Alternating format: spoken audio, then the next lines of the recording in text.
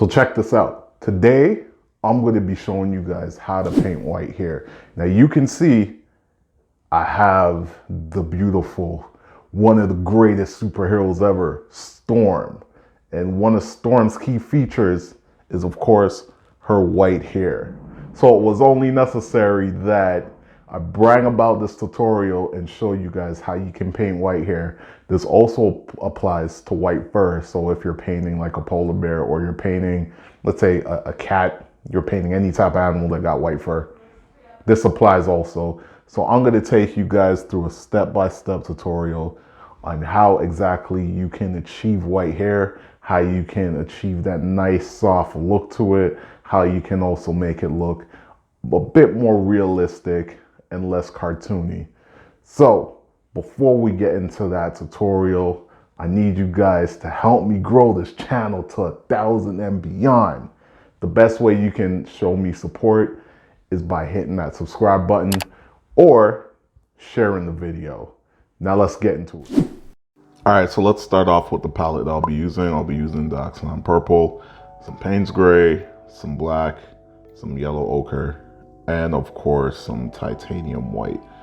So what I do first is I just do a bit of a test run where I take the titanium white and I spread it out of each color so I could kind of see the range that the titanium white will have with each. Keep in mind, it's good to keep a cloth or a paper towel or something on hand where you can wipe off the palette knife as you're doing this test run, just so that you're not mixing the color. You want to just get a pure look of what each will be instead of how each of them mix into each other. We're not at that stage yet, so we don't want to see that.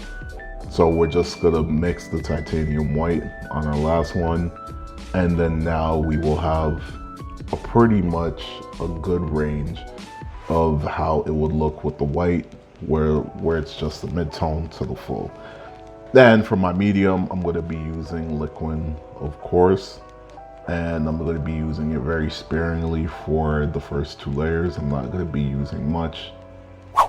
Now, for the brushes, I have a round brush. I think this is a number 4. I have a blender brush, and then I have an opal brush, which is a synthetic hog. I also have another round brush, a larger round brush, which is also synthetic hog also, but a longer handle. So here we get into our painting of Storm. I already put down my first layer, and my first layer is usually just a flat color, but it has a bit of tint from the other colors, as you can see. So we put down a solid base, so it's our foundation, and then we work our way up from there. So what I'm basically doing right here is I'm using my flat opal brush, and I'm just edging in some of the color. This is some of the color mixture right there. And then I'm just drawing out some distinctive details. In each hairstyle or reference that you're following, it's gonna have distinctive details that absolutely stick out and kind of form this character of the hair. And those are the ones that you really want to focus on. The rest of the time when you're painting your hair or you're forming it, you can kind of freestyle it pretty much, but you just want to pay attention to the distinctive details. So if there's a certain swoosh in a certain place, or the hair lays in a certain style in a certain area, you want to emphasize that. The rest of it you can pretty much do to your liking. You're not going to get every single strand completely accurate, and that's not necessarily the aim also.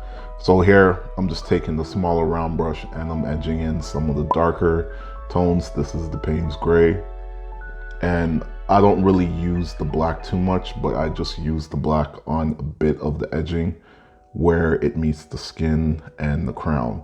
And all of this is just according to my reference. One thing to note is that when you're painting white hair, it's not necessarily solid white.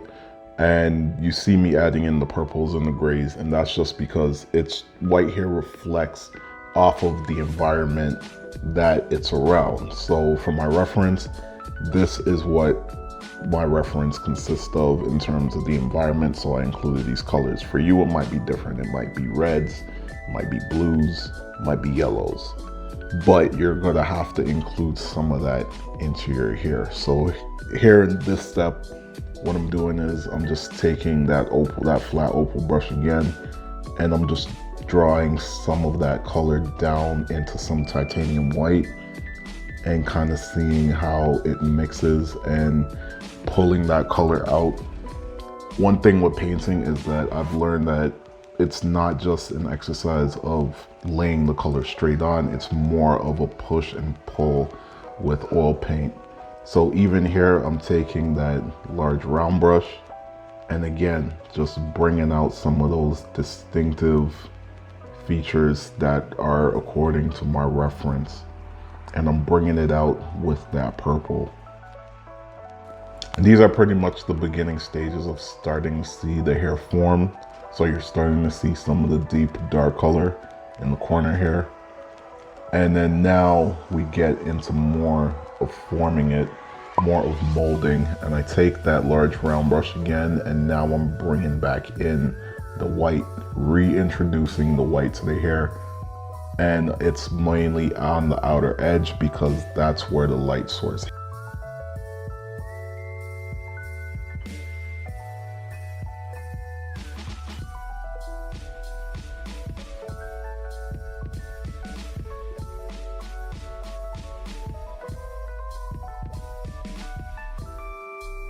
Then after doing that step, I add in some more of the shade.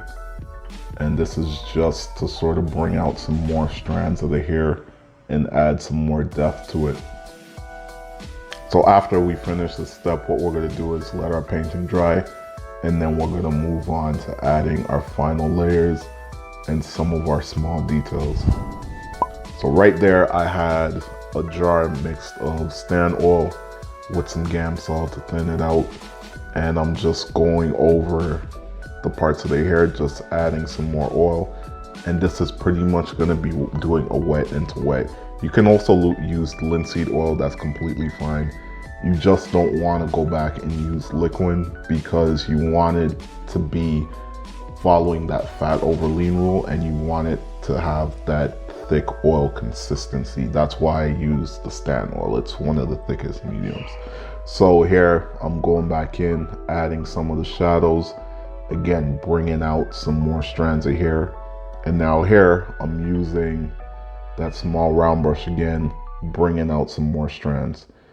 Now I introduce that that small blender brush, and I'm just smoothing over some of the parts that have that really hard edge to it. Hair doesn't really have that hard look to it, it's soft, but like I mentioned, it does have distinctive things that stand out, so we still want to maintain that and we don't want to compromise that. That's where this blender brush comes in handy. And here I'm just going back in again with that large round brush, adding in some titanium white, and now you really start to see the hair form. And then now what we can do here is we can take our round brush, I actually grabbed a script brush and just added in some small details to it, some small strands of hair. And one thing that's really gonna bring your hair to life and really have it looking realistic is doing some strands that flow off of the edge of the hair. You wanna make sure you have that, because that's gonna really define the hair and not make it look flat.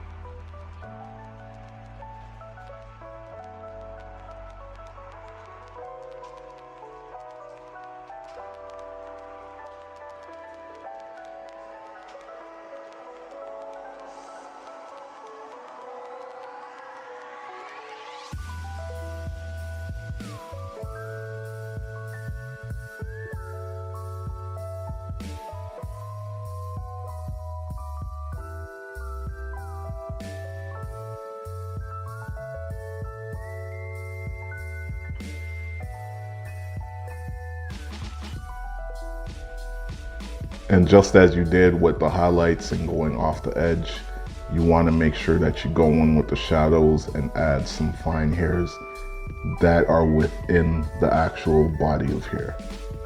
Thank y'all so much for watching. I hope this really helped y'all out in painting your white hair or white fur. Remember, the key tip is that the colors are going to come from what's reflective around your subject. Click here to check out my storm painting and click here to subscribe. I'll see you in the next one. Peace.